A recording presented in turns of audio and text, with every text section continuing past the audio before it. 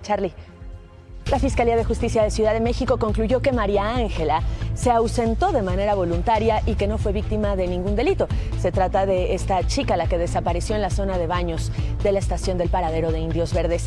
El presunto agresor de María Elena Ríos se quedará en prisión hasta que se garantice el traslado al domicilio donde continuará su proceso, digamos, un avance, aunque desde luego no es un triunfo. La Fiscalía de Oaxaca ya impugnó el fallo judicial que le otorgó la prisión domiciliaria a este hombre, Antonio Vera Carrizal. El Instituto Nacional Electoral advirtió que el plan B de reforma electoral pondrá en riesgo elecciones y gobernabilidad democrática.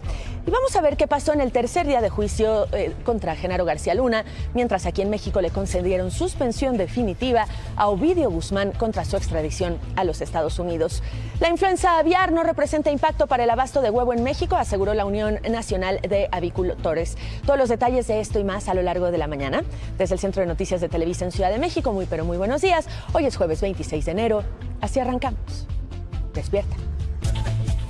Por cierto, le cuento que el asteroide 2023 BU. Gracias, Quique. Ahora sí diría el capitán Archie BU. ¿Qué tal? Qué gusto. Qué gusto.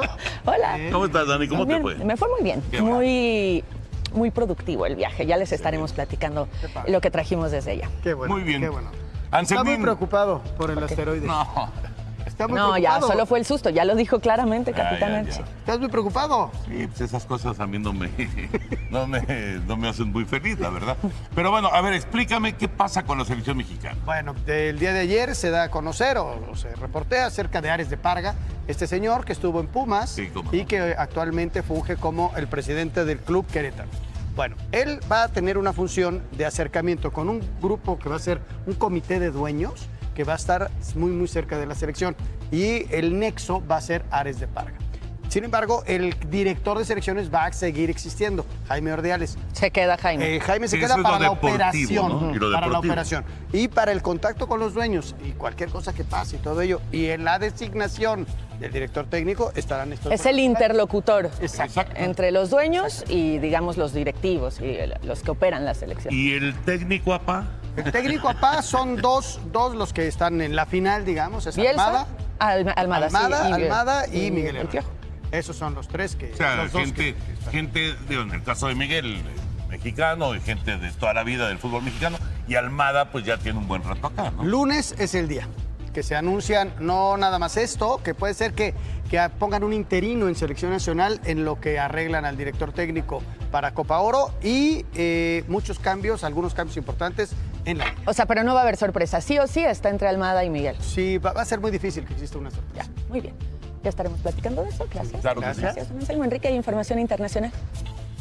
Por parte de Estados Unidos son 31 tanques M1 Abrams. Se trata de una de las armas convencionales más poderosas y sofisticadas de su ejército. Su velocidad máxima es de 72 kilómetros por hora. Su arma principal es un cañón de 120 milímetros. Pesan aproximadamente 70 toneladas y pueden ir 4 soldados para operarlo. Alemania ya había acordado enviar 14 tanques Leopard 2, aquí se lo informamos, bajo la condición de que el gobierno de Joe Biden también mandara los suyos. ¿Cómo son los tanques alemanes? Bueno, tienen una velocidad máxima de 66 kilómetros por hora. Su arma principal también es un cañón de 120 milímetros. Son más livianos, al pesar 50 toneladas. Tienen una capacidad también para 4 tripulantes. Ambos tanques tienen medidas y capacidades muy similares para que puedan ser operados en el campo de batalla sin, digamos, mucho entrenamiento o mucho adiestramiento. 6 de la mañana con 40 minutos. Vamos a la pausa, pero más adelante, Durante la madrugada se desperdiciaron miles, pero de verdad miles de litros de agua por una fuga proveniente del macrocircuito del sistema Cutzamala, que dejó inundaciones en la zona de Izcalli y Ecatepec, en el Estado de México. Ahí estás tú, Guillermo Segura. Buenos días. Ya ves la historia. En Ciudad de México, 7 jóvenes están presos desde hace 2 meses. El delito, reclamar que fueron estafados por supuestos trabajadores de Ticketmaster. Ahora están acusados, sobra decirlo, injustamente de secuestro. Hablando de imágenes, autoridades buscan en la Ciudad de México a los 2 hombres que atacaron, así como lo verá usted en estas precisamente, a balazos a una familia en la colonia Campestre Aragón, en la Gustavo Amadero. 6 de la mañana con 51 minutos. Vamos a hacer una pausa. Volvemos. No se vaya. ¿Qué pasó, Toño? ¿Qué pasó, don Anselmo? Buenos días. Gracias, Toño. Gracias, Anselmo. En unos minutitos después del resumen, Gracias, muchas gracias, Vivi. El exdiputado priista Juan Antonio Vera Carrizal, presunto autor intelectual del ataque con ácido en contra de María Elena Ríos. María Elena, la saxofonista con la que hemos hablado todos los días prácticamente de esta semana, no saldrá del penal de Tanibet en Oaxaca. Una jueza local ordenó suspender la medida de prisión domiciliaria dictada por el juez Teodulo Pacheco Pacheco. Al menos es un avance, pues no un triunfo, hasta que el gobierno del estado pueda garantizar la logística de traslado del imputado al domicilio particular en donde seguirá su proceso. ¿De qué se trata y por qué sucedió todo esto? Los detalles. Ahora aquí el punto es que hay un video donde aparece que aún Autoridades ante todas las desapariciones, que lo sabemos, son miles. Algunos no tienen, no sé si es el término correcto, pero un la buen suerte desenlace. y la suerte. Bueno, ayer testificaron 7 personas en el tercer día del juicio del exsecretario de Seguridad Pública, Genaro García Luna. En la Corte del Distrito Este de Nueva York, en Brooklyn, está el enviado especial. Y ya hemos hablado de la presencia del cártel de Sinaloa, el del Chapo, el de los hijos del Chapo en la Ciudad de México. Mira esto, en la calzada Ignacio Zaragoza, aquí en la capital, fue detenido. Al ser un tema de tanto interés para todos, vamos a tratar de hablar claramente de cuáles son las dos posturas y de qué van estas. Las normas aprobadas del Plan B modificarían 4 leyes electorales aún vigentes, como la Ley General de Instituciones y Procedimientos Electorales, la Ley General de Partidos Políticos y Orgánica del Poder Judicial y la promulgación de la Ley General de los Medios de Impugnación en materia electoral. Vamos a ver lo que el INE dice.